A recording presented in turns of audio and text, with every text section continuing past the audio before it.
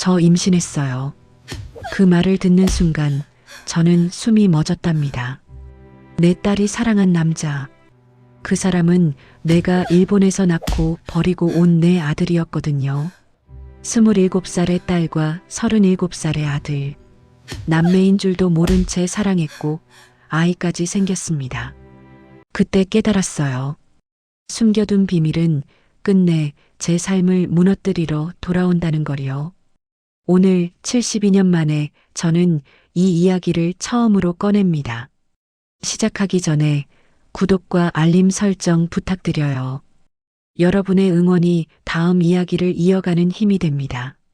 안녕하세요. 제 이름은 박영숙이에요. 올해 72이랍니다. 지금 이 나이에 제 이야기를 처음부터 끝까지 말해야 할 때가 왔어요. 평생 숨기고 살았던 비밀을요. 누구에게도 말하지 못했던 이야기예요. 남편에게도 딸들에게도 심지어 돌아가신 어머니에게도 온전히 털어놓지 못했던 제 인생을요. 왜 지금 말하냐고요? 이젠 더 이상 숨길 수가 없게 됐거든요. 모든 건 제가 21살이었을 때부터 시작됐답니다. 그때 저는 여자대학교 일본어과 2학년이었어요. 외동딸로 자라면서 부족한 게 없었죠. 아버지가 작은 사업체를 운영하셨거든요. 그렇게 부자는 아니었지만 대학 등록금 내고 예쁜 옷도 사 입을 만큼은 여유가 있었어요. 캠퍼스는 자유로웠답니다. 친구들과 도서관에서 공부하고 학교 앞 다방에서 커피 마시며 수다 떨고 주말이면 명동 거리를 걸어 다녔어요. 그때가 제 인생에서 가장 행복한 시절이었는지도 모르겠어요. 그리고 그 시절 저는 진수 오빠를 만났답니다. 다른 대학교 경영학과 3학년이었던 진수 오빠. 친구 소개로 만났는데 첫눈에 그 사람 눈빛이 참 따뜻했어요. 키도 크고 잘생겼는데 말투가 또 얼마나 차분하고 다정하던지. 처음 만난 날 덕수궁 돌담길을 같이 걸었어요. 가을이었답니다. 낙엽이 바스락거리는 소리를 들으며 우린 이런저런 얘기를 나눴죠. 꿈이 뭔지, 좋아하는 책은 뭔지, 가족은 어떤지. 영숙 씨는 웃을 때 눈이 초승달 같아요. 진수 오빠가 그렇게 말했을 때 제 얼굴이 얼마나 뜨거워졌는지 몰라요. 그날 이후로 우린 자주 만났답니다. 일주일에 두세 번씩요. 학교 끝나고 만나서 영화를 보거나 남산을 오르거나 그냥 학교 앞 다방에 앉아 있기만 해도 행복했어요. 순수했죠. 정말로요. 손을 잡는 것만으로도 심장이 터질 것 같았던 시절이었으니까요. 진수 오빠가 제 손을 꼭 잡으며 말했어요. 영수가 나 졸업하고 취직하면 너랑 결혼하고 싶어? 그 말을 들었을 때 저는 세상을 다 가진 것 같았답니다. 그런데 행복은 길지 않았어요. 진수 오빠가 군대에 가게 됐거든요. 24살 되던 해 겨울이었어요. 훈련소로 가는 버스에 오르기 전 진수 오빠가 제 손을 꼭 잡고 말했죠. 2년 후에 꼭 돌아올게. 기다려줘, 영수가. 저도 기다릴게요, 오빠. 그렇게 약속했답니다. 편지를 주고받았어요. 일주일에 한 번씩요. 진수 오빠의 편지에는 부대 생활 이야기, 그리고 저를 그리워하는 마음이 빼곡히 적혀 있었어요. 저는 졸업반이 됐고 취업 준비를 하면서 진수 오빠가 제대하기를 손꼽아 기다렸답니다. 그런데 그해 5월 제 인생이 완전히 바뀌어 버렸어요. 친구들과 술을 마셨어요. 대학생활 마지막 봄이었고 다들 취업 걱정에 스트레스가 쌓여 있을 때였죠. 소주를 몇 잔 마셨는데 제가 술에 약한 편이라 금방 취했답니다. 친구들이 택시에 태워줬어요. 영수가 조심히 들어가. 손을 흔들며 택시에 올라탔죠. 기사 아저씨한테 집 주소를 말했어요. 그리고 그게 마지막이었답니다. 눈을 떴을 때 저는 낯선 방에 누워 있었어요. 천장이 낮고 습한 냄새가 났어요. 벽은 나무였고 창문으로 보이는 건 바다였죠. 여기가 어디지? 저는 비틀거리며 일어났어요. 문을 열려고 했는데 잠겨 있었답니다. 여기가 어디예요? 사람 살려요. 소리를 질렀어요. 그러자 문이 벌컥 열리더니 험상궂게 생긴 남자가 들어왔죠. 시끄러. 조용히 안 해? 몽둥이가 날아왔어요. 머리를 맞았고 저는 그 자리에서 기절했답니다. 다시 깨어났을 때 저는 배 안에 있었어요. 손발이 묶여 있었고 주변에는 저처럼 젊은 여자들이 대여섯 명 더 있었죠. 다들 울고 있었어요. 우린 납치된 거였답니다. 일본으로 팔려가는 거였어요. 얼마나 항해했을까요? 시간 감각이 없었어요. 며칠이었는지 일주일이었는지 일본 어느 항구에 도착했고 우린 다시 트럭에 실렸답니다. 그리고 어느 건물에 갇혔죠. 거기서 무슨 일이 있었는지는 차마 말할 수가 없어요. 저는 도망치려고 몇 번이나 시도했답니다. 그때마다 맞았고 굶었고 갇혔어요. 석 달쯤 지났을까요? 어느 날 밤 그 건물에 불이 났어요. 저는 그 틈을 타서 도망쳤답니다. 밤거리를 정신없이 뛰었죠. 일본어를 전공했으니까 간단한 대화는 할 수 있었어요. 도와주세요. 그렇게 외치며 뛰다가 한 신사복 입은 남자와 부딪혔답니다. 그 사람이 히로시 씨였어요. 야마모토 히로시. 40살쯤 되어 보였어요. 정장을 말끔하게 차려입고 차분한 인상이었죠. 무슨 일이에요? 그 사람이 물었고 저는 울면서 사정을 얘기했답니다. 물론 전부는 아니에요. 그냥 납치되어 왔다고 한국으로 돌아가고 싶다고만 말했죠. 히로시 씨는 저를 자기 집으로 데려갔어요. 넓고 깨끗한 집이었답니다. 하인들도 있었고요. 당분간 여기서 지내. 한국으로 돌아갈 방법을 찾아볼게. 그렇게 말해줬어요. 저는 그 집에서 지내게 됐답니다. 히로시 씨는 친절했어요. 제 방을 따로 마련해줬고 옷도 사다 줬고 밥도 챙겨줬죠. 그런데 시간이 지날수록 느꼈어요. 그 사람이 저를 다른 눈으로 보고 있다는 걸요. 당신을 보는 순간 운명이라고 생각했어. 히로시 씨가 그렇게 고백했을 때 저는 당황했답니다. 저는 한국에 약혼자가 있어요. 부모님도 계시고요. 제발 한국으로 보내주세요. 간절하게 부탁했어요. 그런데 히로시 씨는 고개를 저었답니다. 지금은 한국으로 갈 수 없어. 당신을 찾는 사람들이 있어. 시간이 필요해. 그렇게 시간이 흘렀어요. 몇 달이 지나도 한국으로 갈 방법은 보이지 않았답니다.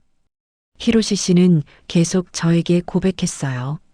사랑한다고, 자기와 함께 살자고. 저는 거절했어요. 진수 오빠가 있었으니까요. 부모님이 보고 싶었으니까요. 그런데 어느 날 밤 히로시 씨와 술을 마시게 됐어요. 그 사람이 외로워 보였거든요. 저도 외로웠고요. 한국 생각에 매일 울기만 했으니까요. 술을 너무 많이 마셨답니다.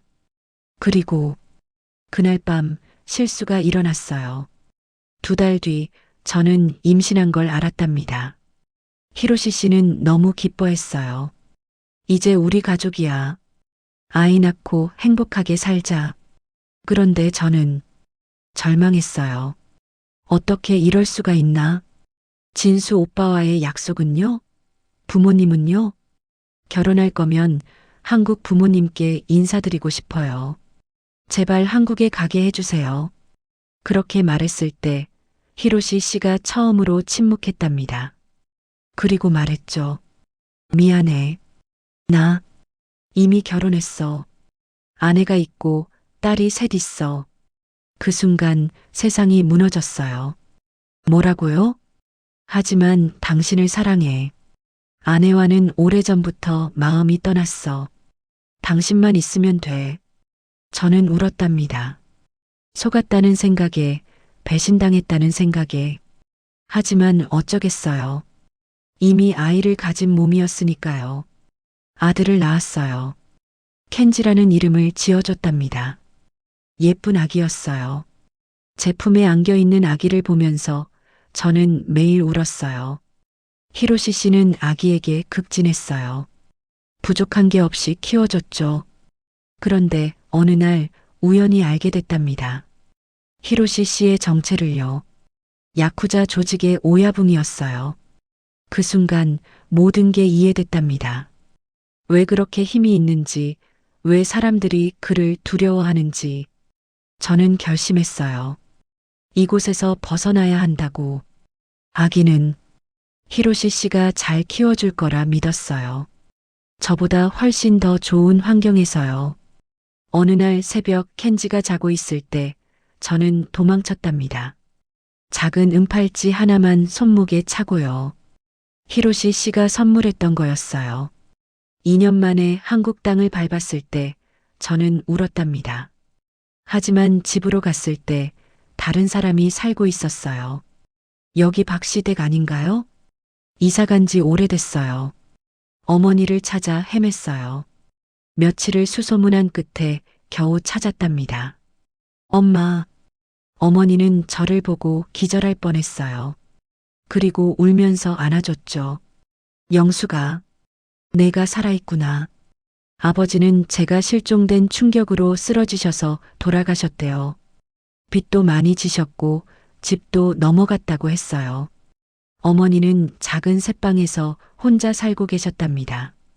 저는 어머니한테도 전부 말할 수 없었어요. 일본에서 아이를 낳았다는 것, 야쿠자 남자와 살았다는 것.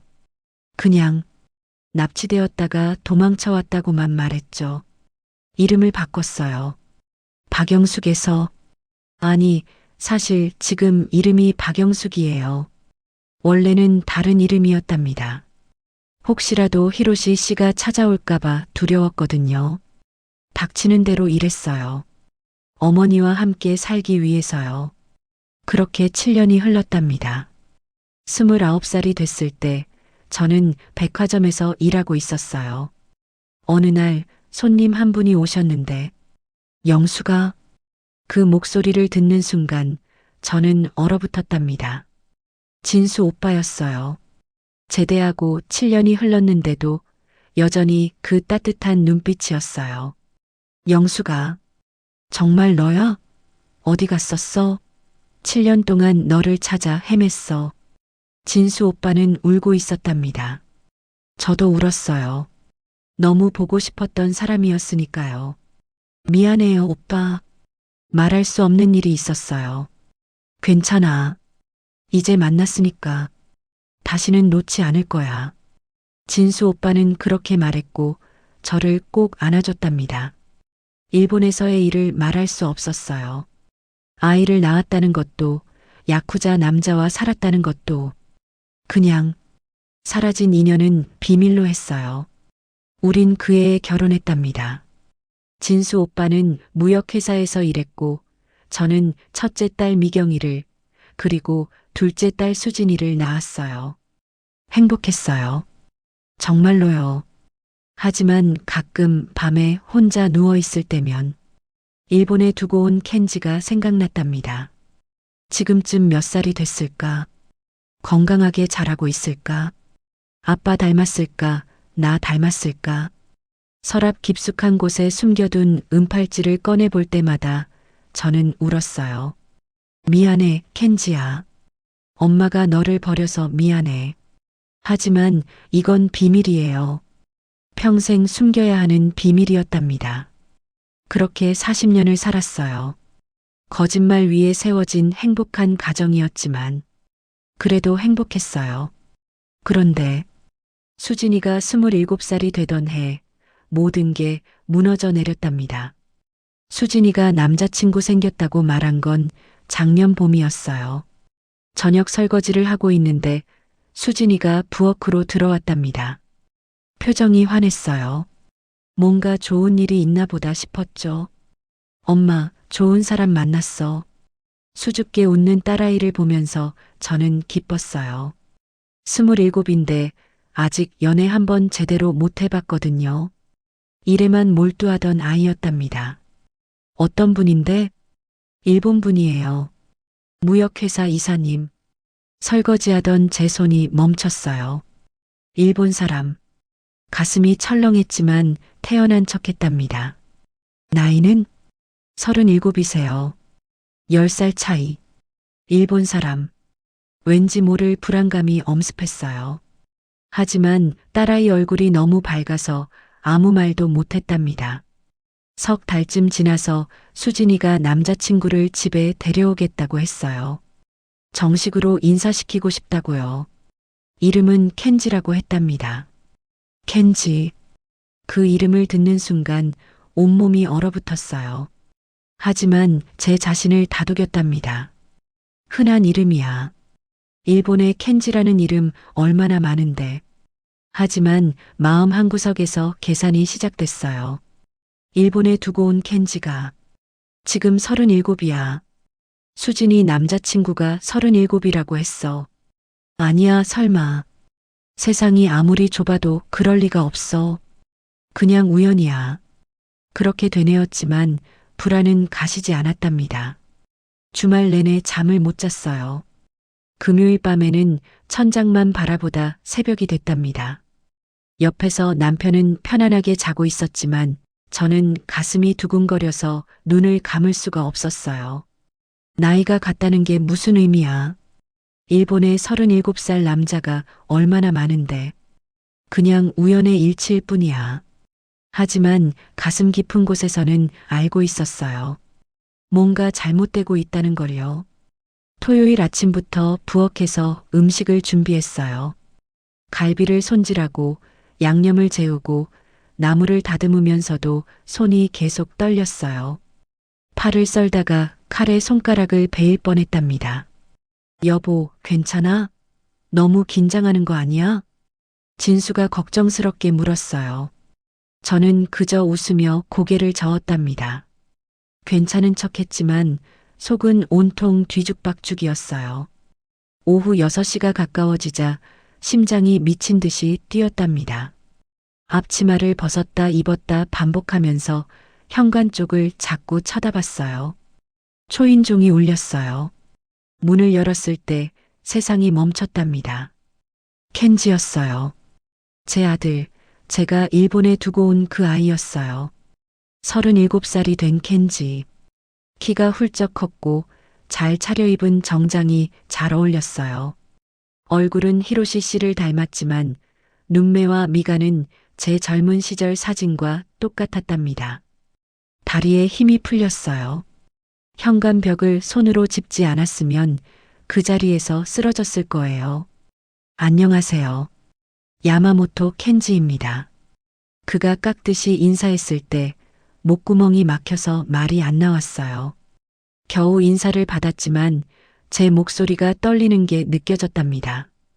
켄지가 손을 내밀었어요. 악수를 하려는 거였죠. 저는 그 손을 잡았어요. 따뜻하고 단단한 손. 이 손이 제가 낳은 아이 손이구나. 아기였을 때 그 작은 손이 이렇게 컸구나. 눈물이 날 것 같아서 얼른 고개를 돌렸답니다. 식탁에 앉았어요. 켄지는 예의 바른 청년이었어요. 진수와 이야기하는 모습이 차분하고 신사적이었답니다. 한국말도 유창했고요. 저는 음식을 나르면서도 계속 켄지를 훔쳐봤어요. 밥을 먹는 모습, 수진이를 바라보며 웃는 얼굴, 조심스럽게 젓가락질하는 손놀림. 모든 게 낯설면서도 이상하게 익숙했답니다. 어느 순간 켄지가 저를 바라봤어요. 어머니, 괜찮으세요? 안색이 좋지 않으신데. 저는 화들짝 놀라서 고개를 저었어요. 괜찮다고, 그냥 좀 피곤해서 그렇다고 둘러댔답니다. 식사가 끝나고 거실로 자리를 옮겼어요. 차를 내오면서 찻잔이 덜덜 떨려서 받침에 놓기가 힘들었답니다. 켄지가 가방에서 작은 액자를 꺼냈어요. 제 가족 사진을 보여드리고 싶어서 가져왔습니다. 사진 속에 히로시 씨가 있었어요. 나이가 많이 들었지만 여전히 그 사람이었답니다. 옆에는 일본 여자가 서 있었고 어린 켄지가 그 사이에 있었어요. 이분이 제 친아버지입니다. 작년에 돌아가셨어요. 친아버지. 그 단어가 귓속으로 들어왔을 때 숨이 막혔어요. 무역업을 하셨고 제가 그 뒤를 이어받았습니다. 거짓말이에요. 히로시 씨는 야쿠자 오야붕이었는데 하지만 아들한테는 그렇게 말한 거겠죠. 그게 나았어요. 아들이 아버지를 떳떳하게 기억할 수 있으니까요. 이분은 제 어머니인데 제가 어렸을 때 돌아가셨어요. 아니에요. 그 여자는 당신 친어머니가 아니에요. 친어머니는 바로 여기 당신 앞에 앉아 있는 이 사람이랍니다. 하지만 말할 수 없었어요. 그저 사진을 바라보면서 눈물을 참았답니다. 켄지가 돌아간 후 저는 화장실에서 토했어요. 그날 밤 수진이가 제 방에 들어왔어요. 반짝이는 눈으로 물었답니다. 엄마, 켄지 오빠 괜찮지? 괜찮지 않아. 절대 괜찮지 않아. 그 사람은 내 오빠야. 친오빠라고. 하지만 그 말은 목구멍에서 맴돌기만 했어요. 수진아, 나이 차이가 많이 나잖아. 10살이 뭐가 중요해요? 엄마, 켄지 오빠는 정말 좋은 사람이에요. 수진이는 완전히 빠져 있었어요. 눈빛만 봐도 알 수 있었답니다. 그래도 일본 사람이고 엄마도 일본어 전공하셨잖아요. 왜 그러세요? 엄마, 저 켄지 오빠랑 결혼하고 싶어요. 그 순간 심장이 멎는 것 같았어요. 안 돼. 제 목소리가 너무 커져서 수진이가 깜짝 놀랐답니다. 왜요? 이유를 말해주세요, 엄마. 이유를 어떻게 말해요? 내가 사랑하는 사람이 내 오빠라고? 엄마가 일본에서 낳고 버린 아이라고? 그냥, 안 돼. 너무 급해. 1년이나 만났어요. 그래도 안 돼. 수진이는 눈물을 글썽이며 방을 나갔어요. 문 닫는 소리가 집안을 울렸답니다. 다음 날 저는 켄지에게 몰래 전화를 했어요. 한적한 커피숍에서 만났답니다. 켄지는 정장을 입고 와 있었어요. 의아한 표정이었지만 예의 바르게 인사했죠. 저는 한참을 그를 바라봤어요. 이렇게 잘 자랐구나. 엄마 없이도 이렇게 훌륭하게 자라줬구나. 켄지 씨, 수진이랑 결혼하면 안 돼요. 켄지의 얼굴이 굳었어요. 눈빛에 당혹감과 상처가 어렸답니다. 왜 그러십니까? 제가 뭘 잘못했습니까? 당신 잘못이 아니에요. 일본 사람이라서요? 나이 때문인가요? 그것도 아니에요. 그럼 대체 왜입니까? 저는 수진 씨를 진심으로 사랑합니다. 켄지의 목소리에 절박함이 묻어났어요. 저는 눈물이 나올 것 같았답니다. 말할 수 없어요. 하지만 제발 수진이를 포기해 주세요. 켄지는 한참을 저를 바라보다가 자리에서 일어났어요. 뒷모습이 쓸쓸해 보였답니다. 미안해, 아들아. 정말 미안해. 일주일 뒤 수진이가 짐을 쌌어요. 엄마, 저 집 나갈 거예요. 엄마가 이유도 안 말하고 우리 사랑 반대하시니까요. 수진아, 엄마는 제 행복 따윈 관심 없으시죠? 딸아이는 눈물을 흘리며 현관문을 나섰어요. 저는 그 뒷모습을 보면서 무릎이 꺾였답니다. 진수는 저를 차갑게 바라봤어요.